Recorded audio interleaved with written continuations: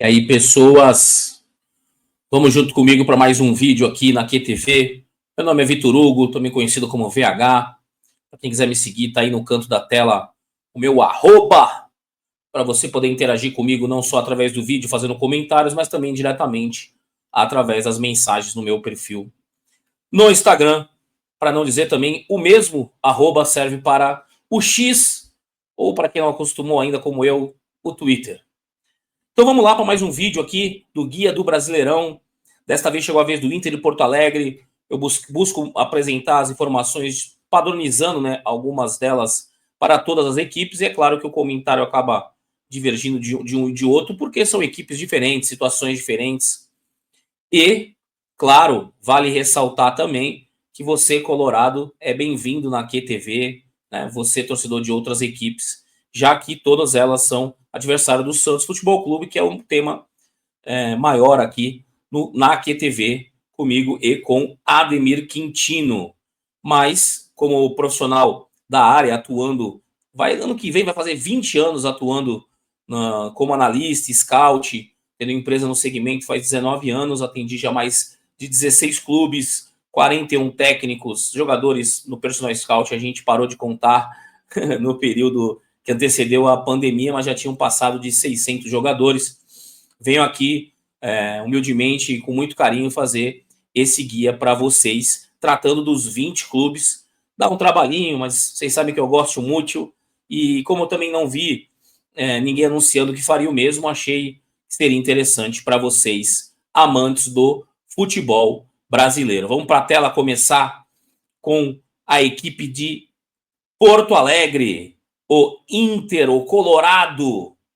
Vamos começar com os dados da equipe na temporada. Foram 12 jogos, 9 vitórias, 3 empates e nenhuma derrota. Sim, a equipe de Roger Machado está invicta em 2025. 24 gols marcados, 6 gols sofridos, um saldo positivo de mais 18, né?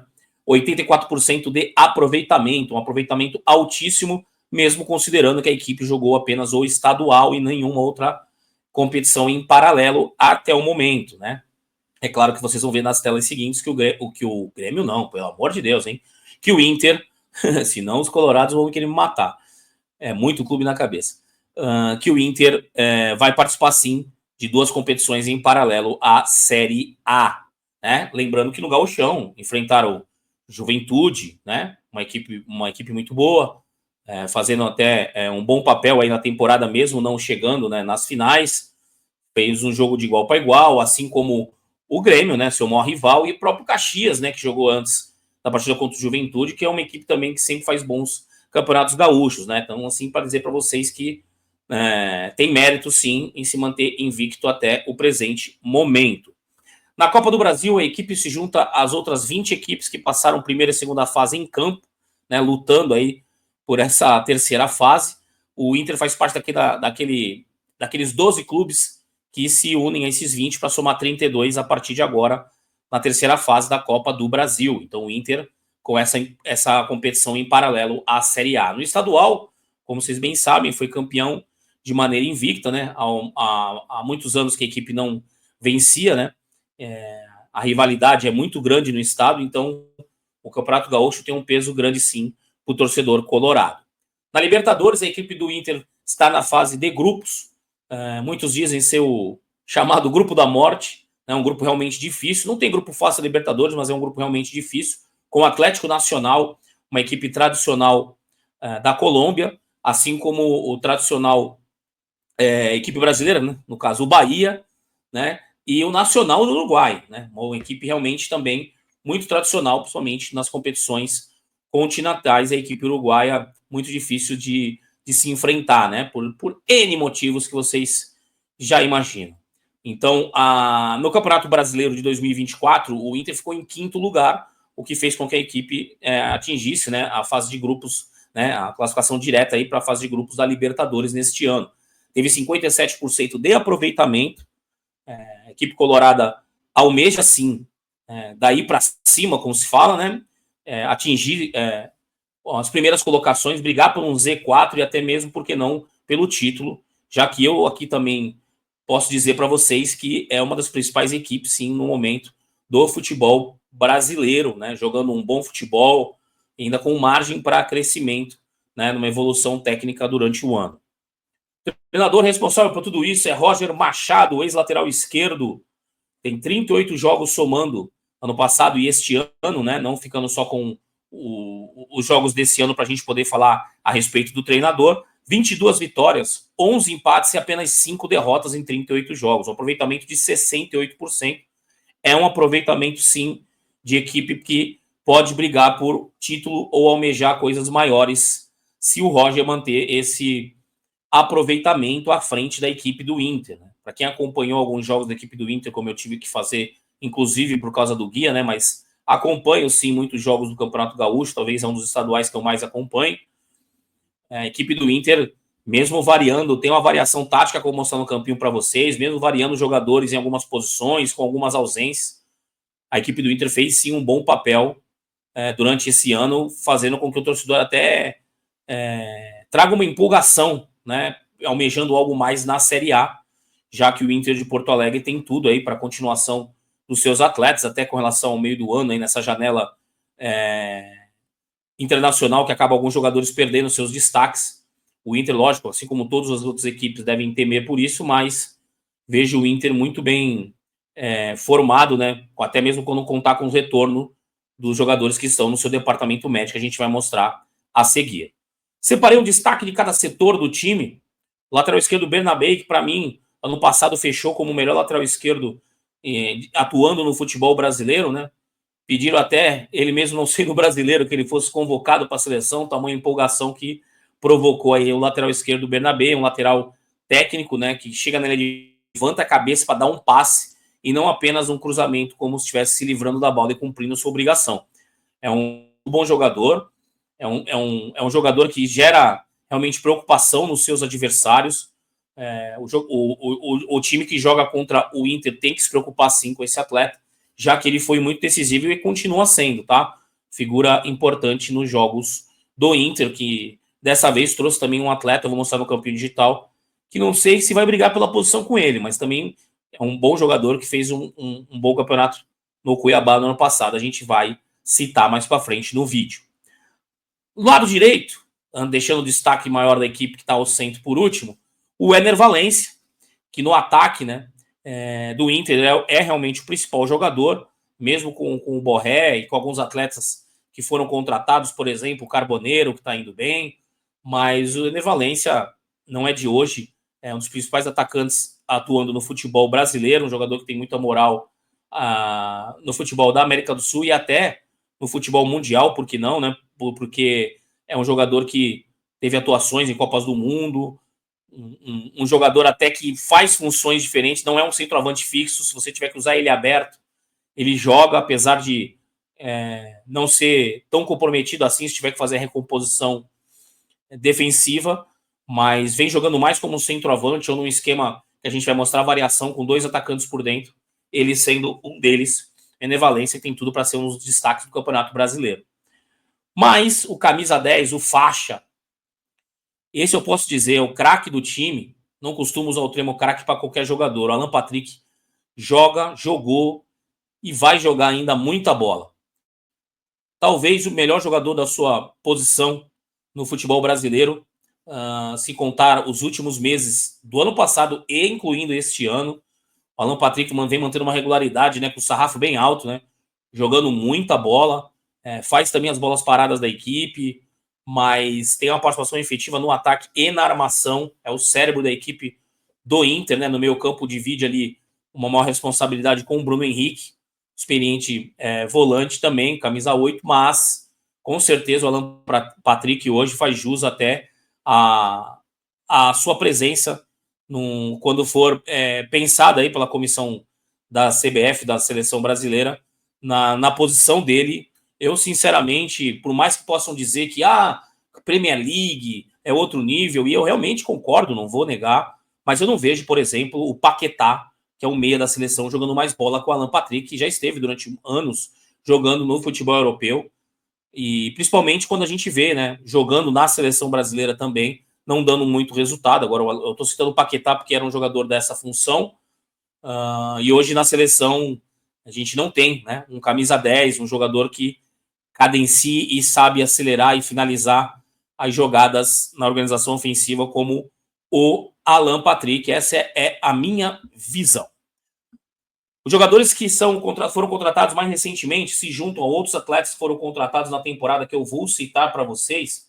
A equipe trouxe, por exemplo, Gustavo Santos, emprestado do Cuiabá, o Oscar Romero, que está na tela, o meia, o irmão do outro Romero do futebol, que é o atacante do Corinthians. O Juninho Carlos veio do Midland, da Dinamarca, né? O zagueiro canhoto, aquele que já teve outras equipes do futebol brasileiro, vocês devem lembrar dele. O Diego Rosa, emprestado pelo Bahia, né? O meia, que está aí na tela. E o Ramon, que é o lateral esquerdo que eu citei, né? Jogador que estava no futebol grego, pertencendo ao Olympiacos, né?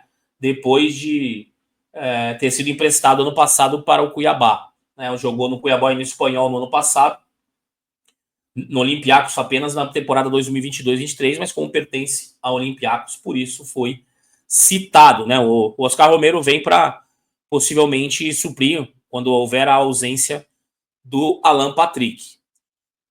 As apostas do time, né? A equipe do Inter usou 6 ou 7 jogadores aí jovens durante esse ano, mas separei 3 deles, né? Ricardo Matias, que até teve oportunidade já no ano passado, o centroavante, que é uma grande promessa, né, da base do Inter de Porto Alegre. E os 2 meias, Iago e Gustavo Prado.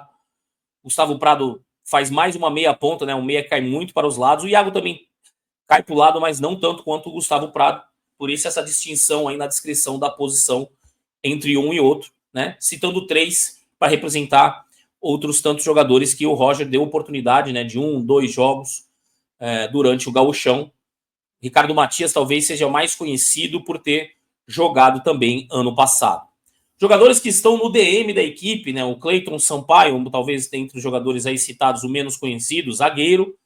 O meia Bruno Tabata, aquele que retornou ao futebol brasileiro para jogar no Palmeiras, que faz uma meia ponta ali, o canhoto que joga pelo lado direito, apesar de ser meia, né? Aquele meia ponta ali pelo lado direito, onde predomina seu jogo. O Bruno Gomes, o volante, que já tinha se fixado como lateral direito e sofreu uma lesão grave, né? Bruno Gomes, que brigaria pela posição com o Brian Rodrigues aí, uruguaio na lateral direita. Ele até estava levando vantagem aí na temporada passada, mas a contusão dele ainda deve levar tempo ainda até que ele se recupere. E o zagueiro Mercado, que fez a cirurgia, pelo que eu pesquisei aqui, em outubro, que era titular da equipe, um dos líderes desse elenco, experiente zagueiro, deve ter o retorno previsto para mês de maio, por ali, já que mais ou menos 6 meses, né, mais o tempo de transição, né? Então, como foi em outubro, contou abril, mais um período de transição, pode ser que em maio o mercado esteja disponível. Estou aqui fazendo uma previsão, nem sequer eu li a respeito, né? Mais vendo quando foi a data da contusão desse jogador. Agora eu vou colocar o campinho, esse aqui, lembrando, até uma pessoa brincou comigo, que nem agora, como é que o Inter tá de azul e o Grêmio tá de vermelho? Isso aqui não sei o que defino, tá, gente? Isso aqui é o software, o iScout, uma das principais plataformas aí de scout profissional utilizadas no mundo. E eles fizeram só os times no vermelhinho e no azul. Até me lembra aqui, eu não sei o motivo, tá, gente? Vou até pesquisar, mas na minha prancheta, que não é digital, essa aqui é a manual, também está em vermelho e azul as equipes. Me causou até uma curiosidade. Aí esse fator aí, vou tentar descobrir o porquê. Não sei se os italianos criadores aí desse sistema têm uma resposta para isso, mas enfim, não me xinguem, né? O Inter tá de azul no campinho e o Grêmio tá de vermelho. A equipe do Inter, eu vou mostrar para vocês que tem variação tática, tá? Linha de 4, né? E um 4-1-3-2, um esquema menos utilizado no futebol brasileiro, que eu particularmente gosto. É como se fosse um losango com um volante no lugar do meia, né? Imaginando que o Bruno Henrique aqui não é um meia, é um volante, mas com muita chegada, faz gols, inclusive. E 2 jogadores à frente, né? O Alan Patrick com mais liberdade, chegando como segundo atacante, com uma menor responsabilidade no momento defensivo. Aqui é o primeiro jogo, tá em ordem agora, tá de trás para frente. Às vezes eu faço de frente para trás, às vezes de trás para frente. Dessa vez eu tô indo do último jogo para os jogos anteriores, né? O que eu mostrei na tela anterior foi o jogo esse aqui, né, no caso. É o jogo contra o Inter, o jogo contra o Grêmio, né, de Porto Alegre, é o primeiro jogo da final. Eu inverti aqui, na verdade, é o segundo jogo da final, aonde atuou num 4-2-3-1, né, uma diferença aqui na equipe, na maneira que foi postada em campo, um empate. Carboneiro aqui jogando pelo lado esquerdo, né, no ataque, e o Vitinho jogando pelo lado direito, aquele Vitinho, ex-Atlético Paranaense, Red Bull. Aqui é o jogo contra o Caxias, é o primeiro jogo da semifinal, tá? Bom, a equipe também jogou novamente no 4-1-3-2, né? Novamente essa variação do 4-2-3-1 para 4-1-3-2. Carboneiro não aberto, sim por dentro, e o Gustavo Prado tendo oportunidade, né? O meia-ponta que eu citei pelo lado esquerdo. Aqui é o jogo contra o Caxias, esse aqui é o segundo jogo da semifinal. Já foi para um 4-4-2, com uma maior liberdade, né, para o Carboneiro à frente com o Ener Valencia. Não teve o Alan Patrick nessa partida. Optou por esse outro esquema, né, liberando mais um segundo atacante, buscando tirar sobra do adversário, né, e igualar no meio campo. Foi um time espelhado que buscou a equipe do Internacional, jogo fora de casa, e mesmo assim conseguiu o resultado. Agora chegou a hora do campinho, em que dessa vez, né, o time do Inter de vermelho, tá? De vermelho, que aqui é o campinho do Tactical Pad, onde eu manipulo. Aqui quem manda sou eu. Ó, aqui o Alan Patrick, aqui, ó, soltinho. Aqui a gente coloca a cor que a gente quer, né? Se aqui eu colocasse azul, aí sim era um motivo de revolta por parte dos colorados. Para citar para vocês, aqui o goleiro Rocher, que inclusive voltou de contusão, jogou pela seleção uruguaia, mas que deve ser o titular da equipe, mas na real, né, quem acabou jogando mais vezes aí nessa reta final foi o goleiro Antony, né? Vou até colocar ele aqui de ladinho aqui. Goleiro apesar de 23 anos, muito jovem, né? Goleiro, vocês sabem que demora mais para ter oportunidades, né? Na maioria das vezes. O Antony conseguiu passar à frente do Ivan Quaresma aí, goleiro que, né, teve uma lesão grave, mas goleiro que foi até de seleção brasileira. E na ausência do Rocher, foi ele que jogou. Porém, né, imagina-se que deve ser o Rocher o titular da equipe, por isso que eu mantive ele aqui. Tá? Bryan Aguirre, o lateral direito desde o ano passado, né, nesse momento, né, é o titular da equipe. Vitão e Vitor Gabriel. Vou falar mais aqui sobre o Vitor Gabriel. O Bernabé na lateral esquerda. O Fernando, volante, muito tempo de Europa, né? Sevilha faz a dupla de volantes com o Bruno Henrique, dois volantes muito experientes. Vitinho e Carboneiro, velocidade pelos lados do campo. Vitinho jogando pela direita, né? Ele que jogou durante muito tempo pelo lado esquerdo, né? Tanto no Atlético Paranaense quanto no Red Bull. E o Carboneiro, um atacante que eu acompanho há um bom tempo e que o Inter teve essa capacidade, né, de buscar esse jogador com o Ener Valencia à frente. Eu vou colocar, antes de passar a variação, algo que eu fiz em outros vídeos, que mostra essa tela cheia de bolinha, mas que vai, à medida que eu tiro os jogadores, vocês vão compreender, né? As opções para o gol, né? O Antony vai deixando o campo aqui devagarzinho e o Ivan Quaresma. Lateral esquerdo, apesar de eu estar com a camisa 2 na inscrição, o Ramon, que eu citei, né, jogador do Olympiacos, que teve emprestado pelo Cuiabá ano passado e esse ano chega ao Inter, né, ausência do Bernabé e ele que joga. Na ausência do Bryan Aguirre, e tem o menino da base que teve oportunidade, mas deve ser o Bruno Gomes se recuperando, né? Que não está aqui justamente por estar machucado. Os zagueiros do elenco, o experiente Rogel, como você preferir, o camisa 3, né, de muito tempo de Europa, né, acabou sendo superado aí pelo Vitor Gabriel. O Vitor Gabriel é um zagueiro jovem de 20 anos, né, um jogador que não deixa de ser uma aposta também do Inter, né, apesar de não ter entrado naquela tela. Já havia jogado ano passado na equipe do Inter, veio do Sub-20 do Sport, no Sport mesmo, jogou 4 jogos no profissional em 2023 e 3 jogos em 2022.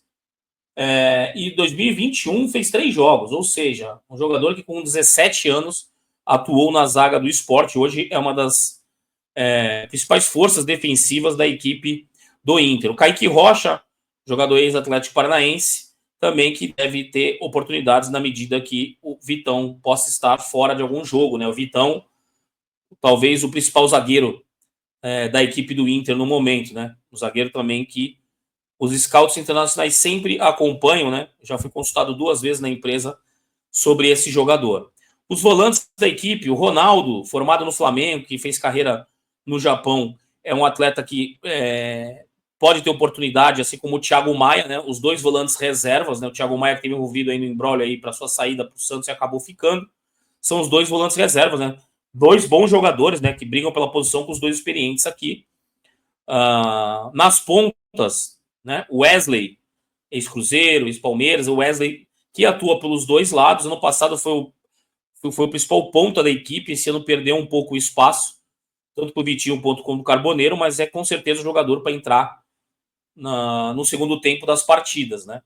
Tem dois meias aqui, mesmo sendo um mais meia ponta, né, o Gustavo Prado, mas são dois meias que, até que o Oscar Romero esteja aí brigando pela posição, são as opções da equipe do Inter, tá? Dois jovens jogadores. Na frente, o jovem Luca, que outrora teve mais oportunidades, e o Ricardo Matias, né? São os dois jovens centroavantes da equipe do Inter, né? Vou tirar eles aqui.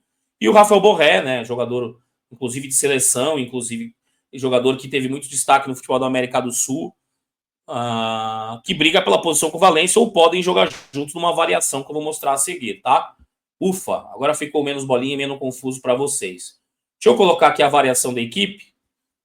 Aqui é a equipe num 4-1-3-2, mantendo dois pontas e dois jogadores à frente. O Alan Patrick, mesmo sendo meia, a gente sabe, tendo mais possibilidade de chegada como segundo atacante, sem tantas obrigações defensivas, né? Essa é uma das variações. A outra variação seria um 4-4-2. Vocês podem ver que é com os mesmos jogadores, tá? Vocês vão perceber agora na movimentação. Ou seja, começou a partida, né? Roger Machado iniciou com a equipe num 4-2-3-1. Beleza? Tá desenhada a equipe em campo. Percebeu que é necessário, o próprio Alan Patrick, pela sua inteligência de jogo, percebe que podemos variar e eu ficar mais fixo na frente. Sem nenhuma mudança, a equipe vai para um 4-4-2. E como mudar ainda essa opção? Para a terceira variação, o Alan Patrick se mantendo aqui, né? Talvez até se adiantando um pouco mais para que o Bruno Henrique, Fernando fixe à frente da zaga, para poder liberar laterais e ter três zagueiros na contenção, né? O Fernando ficando até mesmo como um jogador de proteção, e o Bruno Henrique se somando aqui na frente, né? Alan Patrick adianta, vira aqui o 4-1-3-2 sem mudar peças, né? Você vira, a movimentação de dois jogadores já fazem com que altere taticamente a equipe, ok? No momento ofensivo, né? Vamos imaginar até que estivesse no 4-2-3-1, né? A maneira, né, que a equipe chega. Vamos imaginar aqui um desenho bem básico aqui, só para mostrar o momento ofensivo, né? Liberdade dos laterais. As equipes não diferem muito nesse momento, tá, gente? O Fernando podendo ficar talvez um pouco mais atrás, o Bruno Henrique um pouco mais adiantado aqui, tá? Só para poder constar, né? Aonde há uma questão com relação à equipe do Inter que a gente pode, nessa imagem aqui, citar. A recomposição por dentro, né? A recomposição de alguns jogadores numa transição defensiva, isso aqui é um momento ofensivo. Perdeu a bola. Vitão, zagueiro, volta rápido. Vitor Gabriel, a zaga dos Vitors, voltam bem rápido. O Brian Aguirre vai retomar a posição, assim como o Barnabé, só que o problema está aqui. Tanto o Fernando quanto o Bruno Henrique não são jogadores rápidos, né? São mais veteranos, não por conta da idade, característica mesmo. Eles dois demoram um pouco mais a fechar, né? Por isso até que esse esquema em que fica um mais fixo e o outro com mais liberdade é justamente para o momento defensivo, no mínimo, já está com 5 jogadores. Porque até chegar o sexto, sétimo jogador adversário, o Bruno Henrique já recuou para se somar aqui por dentro, o Alan Patrick já acompanhou o volante, e aí que tem a questão, né? Os dois pontas do Inter acompanhar os laterais do adversário. É claro que às vezes isso pode falhar, e muitos times brasileiros isso acaba sendo um calcanhar de Aquiles e faz com que até alguns treinadores privilegiem um cara que joga pelo lado que tem mais capacidade até de marcar, defender do que de atacar, né? Em detrimento ao outro, né? Vamos imaginar que na equipe do Inter os dois jogadores, de certa forma, são comprometidos a defender, mas não tanto quanto, por exemplo, se você colocar um meia ponta, né? Que vai fechar, inclusive, até por dentro. Então, essa é uma das coisas que o Inter vamos ter que esperar para ver qual vai ser o comportamento desses jogadores na fase defensiva, né? No momento de recomposição. Uma das coisas que também pode acontecer na equipe do Inter, que eu vou citar aqui para vocês, né? com 2 atacantes à frente, vou colocar até o Borré junto com o... Aqui o Borré tá aqui. Junto com o Valência, né? Junto com o Valência. Só que aí, né, com certeza, vamos imaginar que no momento mais ofensivo, né, ou saca até o próprio Bruno Henrique, tá? Para não ficar tão largado assim. O Alan Patrick fica como esse meia. Deixa eu arrumar aqui uma coisa.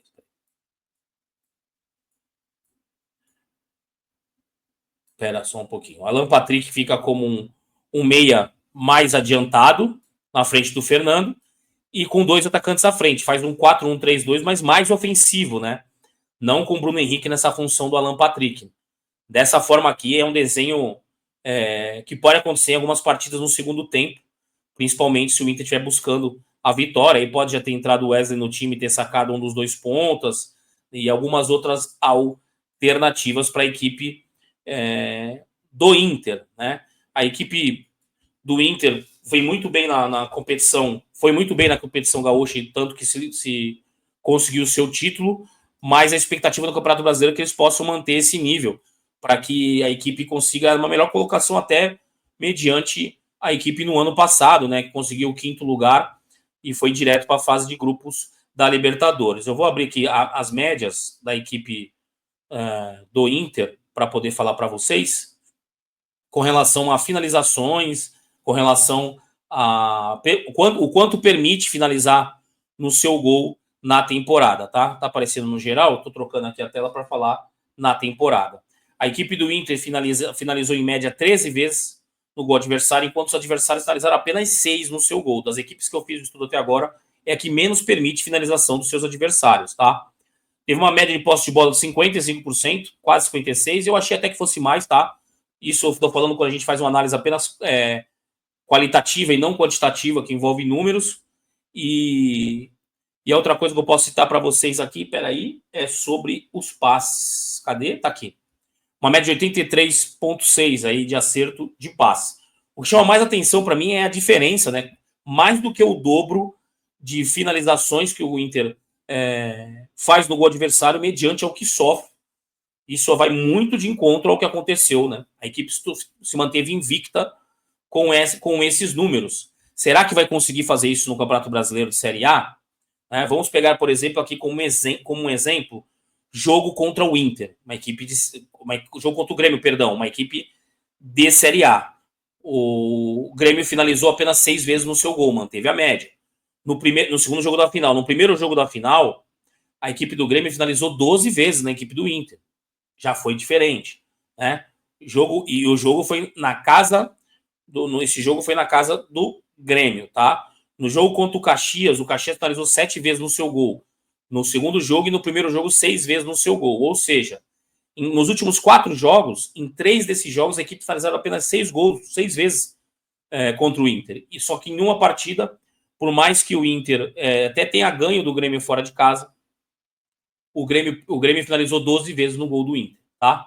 Então, só para mostrar para vocês que não é sempre que o Inter conseguiu manter essa média. Teve jogos que com certeza finalizaram menos ainda no gol do Inter, senão não teria atingido essa média, né? Já que nessa partida que eu estou citando aqui como exemplo negativo para o Inter, de certa forma, finalizaram 12 vezes no seu gol.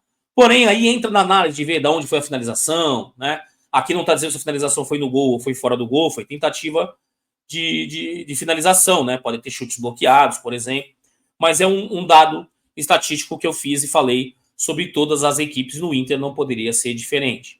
Torcedor colorado, se você curtiu, manda para todos os teus amigos, mesmo que seja para fazer aquela crítica, para fazer aquela... ele esqueceu de citar aquilo, ele esqueceu de falar isso. É para isso que a gente continua nos comentários aí. Na medida que vocês me perguntarem, eu vou estar respondendo. E para você que não curtiu, tá? Vai aqui minha vaia para você, ó. Eu curti, que eu quero dizer o seguinte, clicar aí no botãozinho, né?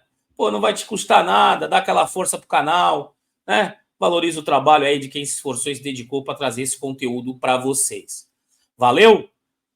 Hoje tem mais conteúdo ainda, os conteúdos não vão parar até o início do Campeonato Brasileiro. Sábado vai ter vídeo de guia de times que jogam domingo, ou seja, daqui até lá são bastante vídeos você preferir, acessa aí a playlist na QTV, que já estão todos em sequência. Você pode assistir um atrás do outro. Se for no trabalho, coloca o foninho, né? O chefe não saber, e você continua acompanhando a QTV. Valeu! Um grande abraço, até a próxima. Tchau!